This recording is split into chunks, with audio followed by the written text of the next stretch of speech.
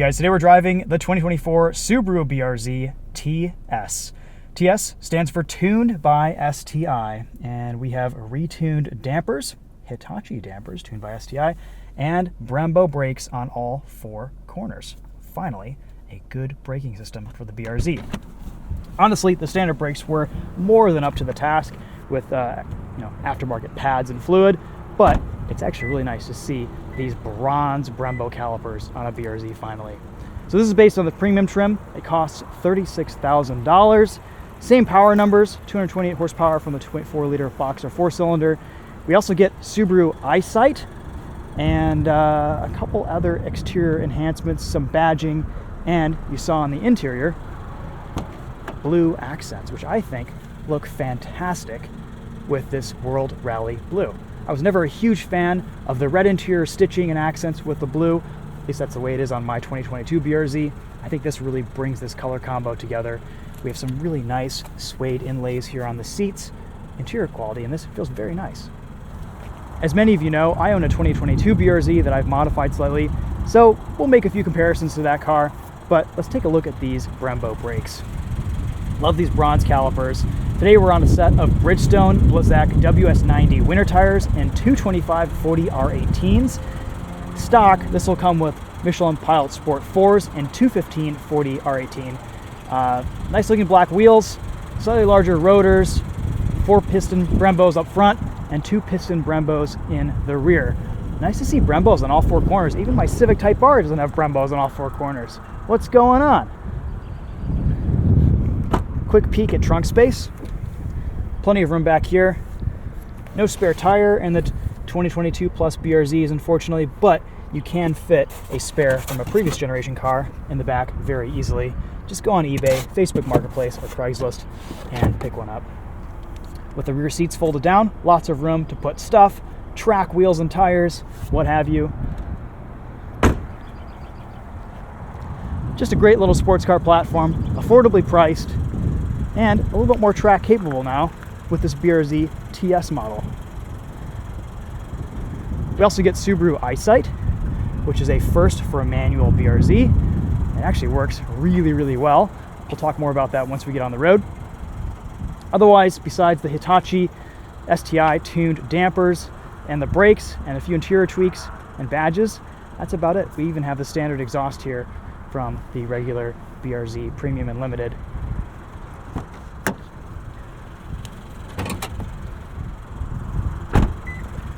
.4 liter boxer 4-cylinder, 228 horsepower, rated for 20 miles to the gallon in the city, 27 on the highway, though that's a little bit underrated. You can definitely beat those numbers very easily, especially on the highway in these BRZs. I've seen as high as 33 miles to the gallon in my 2022 Premium.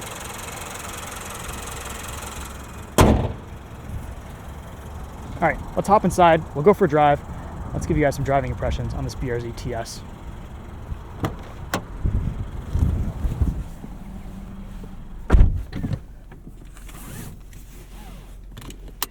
We've got an STI engine start-stop button and STI logos in the gauge cluster.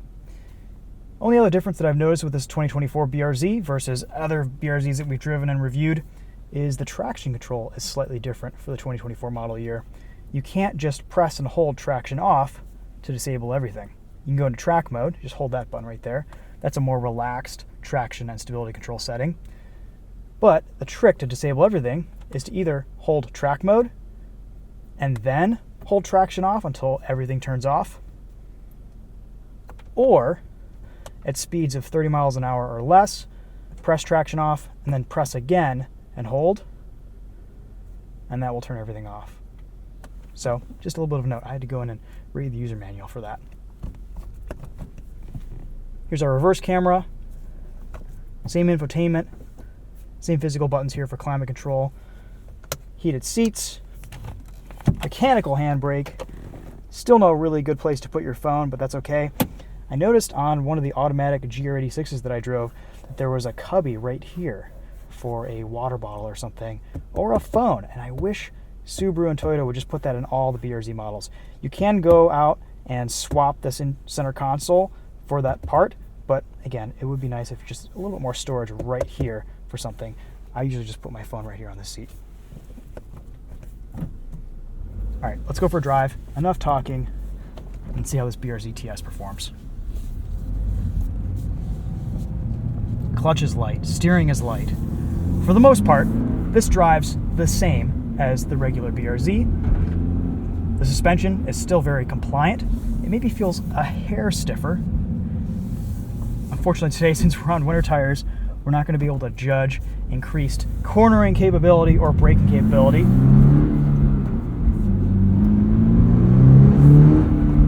We have our fake piped-in engine noise, which you guys know I am not a fan of. It's the first thing I disabled on my 2022 BRZ.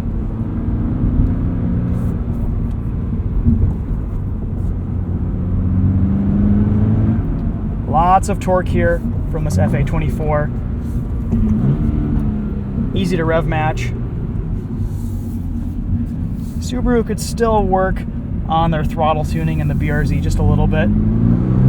The GR86 does have slightly better throttle response and a more linear throttle pedal. But that said, it's an easy manual transmission to drive smoothly. There is a touch of rev hang here. The revs don't drop immediately like they do in the ND Miata, for example.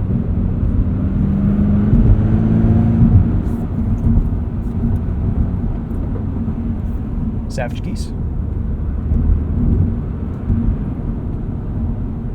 On these 18-inch wheels and tires, the winter tires soften and dampen a little bit of NVH over bumps, so there isn't as much road noise on this setup, but on the Michelin PS4s, they're going to be quite loud. So that's one thing to note with the BRZ TS is on the 18s, this is a little bit less comfortable of a driving experience.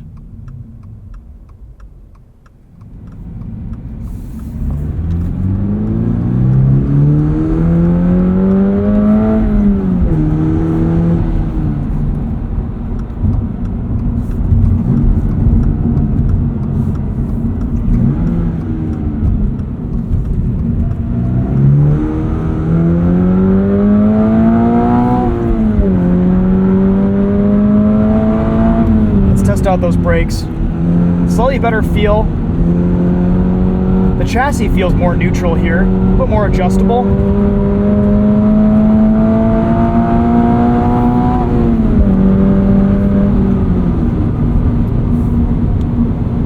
Got to turn traction control back on to enable cruise control. This is a really nice system. Subaru's done a pretty good job tuning this. You can even go into the menu and choose the aggressiveness of the cruise control system and how quickly it responds to speed differentials, passing maneuvers. Basically put it in eco, comfort, normal, or kind of a sport setting, which is very neat to have that adjustability. You can skip 5-mile-an-hour increments by holding the cruise control stalk. You can adjust your following distance right here. It all works really, really well.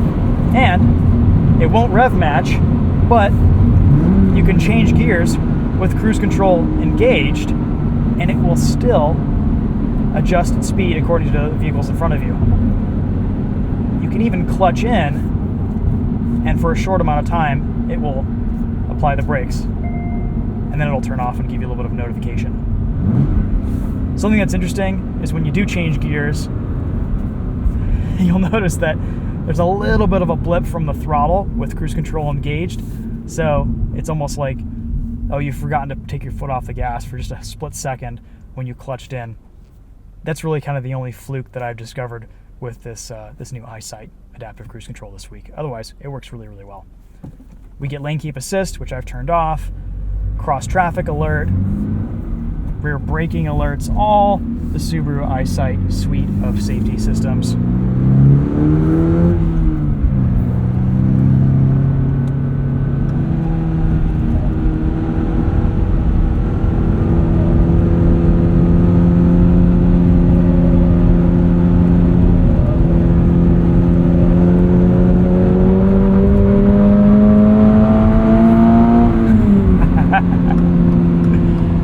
At the limit, this is one of the best balanced sports cars I have ever driven. It's so approachable, so easy to control and adjust. okay, maybe there isn't the best steering feel in the world. It's not the most responsive powertrain, but it's fun. It still remains comfortable.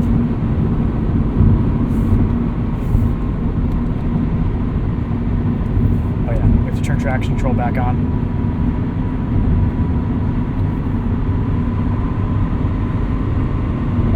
I just got out of a first-gen BRZ, a 2014 BRZ the other day, and it was so cool just kind of getting a reminder and a refresh of what that car was like to drive, because I owned a 2014 for 6 years, put about 60,000 miles on mine. Really enjoyed that car. There's so much more power here in this second generation BRZ GR86. You do lose a little bit of that fizzy, visceral, connected driving experience. The steering's a bit numb. The clutch pedal's a bit soft. You know, there's not as much feedback or vibration here. But the trade-off is the steering ratio is a little bit, feels a little bit quicker. The steering's a little bit lighter. It's maybe a bit easier to drive. The power is awesome, and it's a more comfortable and livable sports car. A lot quieter on the highway.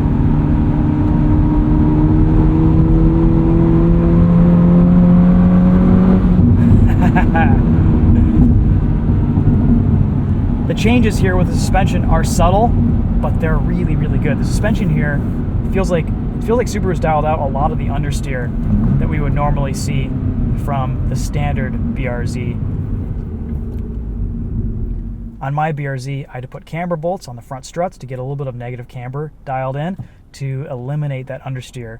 And this feels perfectly balanced straight from the factory. So they may have done a little bit of tweaking with sway bars, but ultimately it's still a very, very comfortable and compliant ride.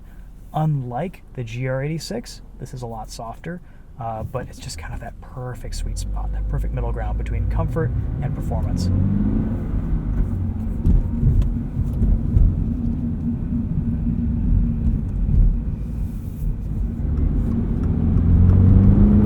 Upgrades and improvements. There are many that you can do yourself, but there are a few that I wish Subaru would have done to this TS in addition to what they've already added here. I think this is a nice package. Big brake kits are not cheap, and you will see that price difference reflected in this BRZ TS versus the BRZ Limited.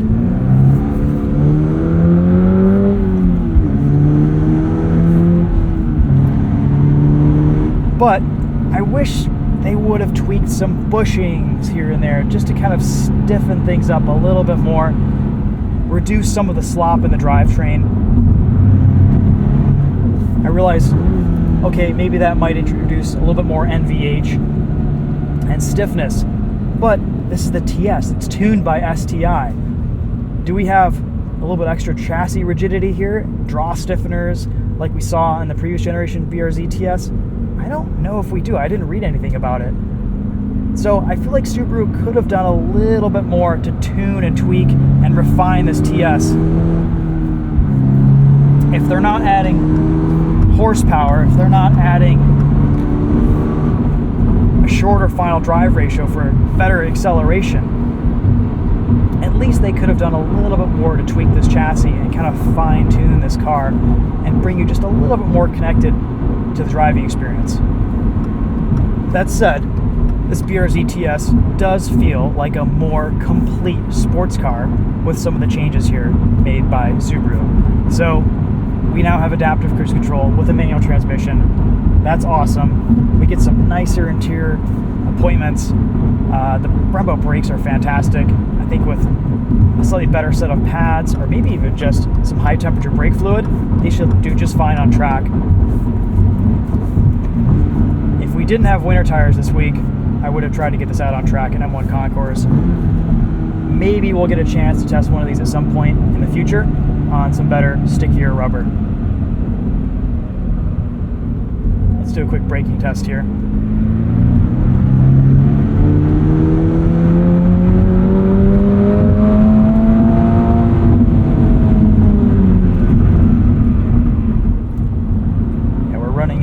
Of those Blizzak WS90s pretty quickly. Pedal feel is slightly improved, definitely a little bit more bite, but really it's hard to tell the gains made by this new braking system on these winter tires.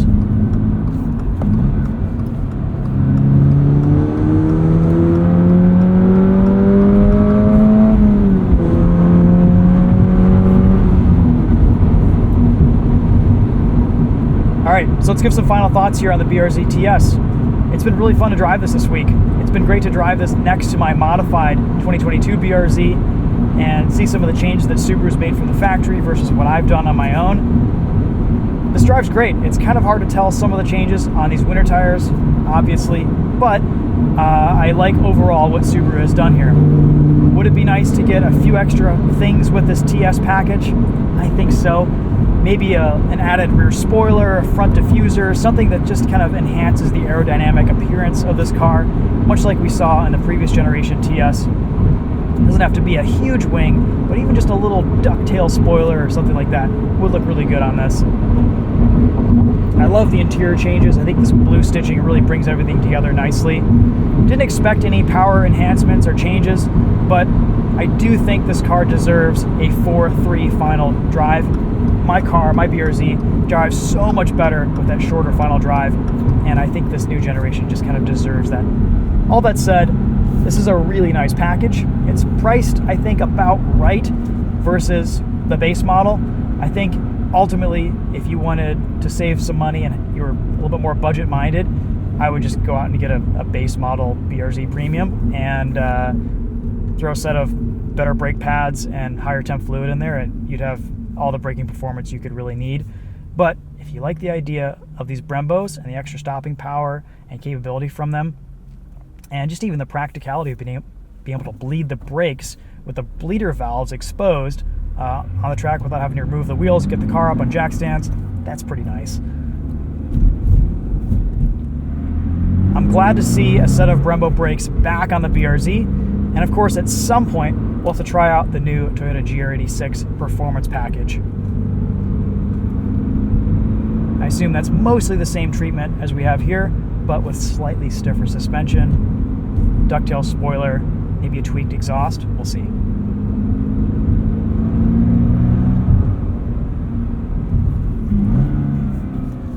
All right, guys, that's going to be it for this one. Thank you so much for watching. Let me know if you have any questions in the comments. Those are my thoughts on the 2024 Subaru BRZ TS.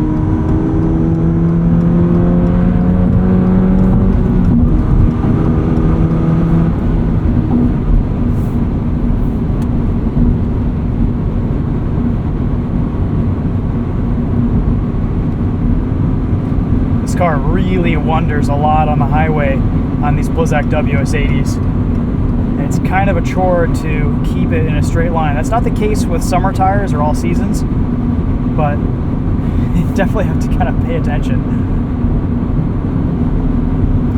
So let's give you guys an example here of adaptive cruise control. This is the car slowing down on its own. doing a pretty nice job at it. We don't need to downshift here, but we could. And it'll maintain its speed. If we want to pass, this is set to the normal setting, and it accelerates pretty well. It's amazing how much quieter these Blizzak WS90s are on the highway versus the PS4s from Michelin. Those tires are just so noisy at speed. You could probably fit a set of 17-inch wheels on this BRZ TS over the brakes. I know with the previous generation TS you could, and the performance package you could. You might need a spacer with the standard 17s, so we'll kind of figure out and find out what wheels will fit here at some point. Tire Rack usually does 3D scans of a car's braking system, and kind of will tell you what wheels fit based on that, but that might take a bit of time to get into their system, at least for the BRZ TS.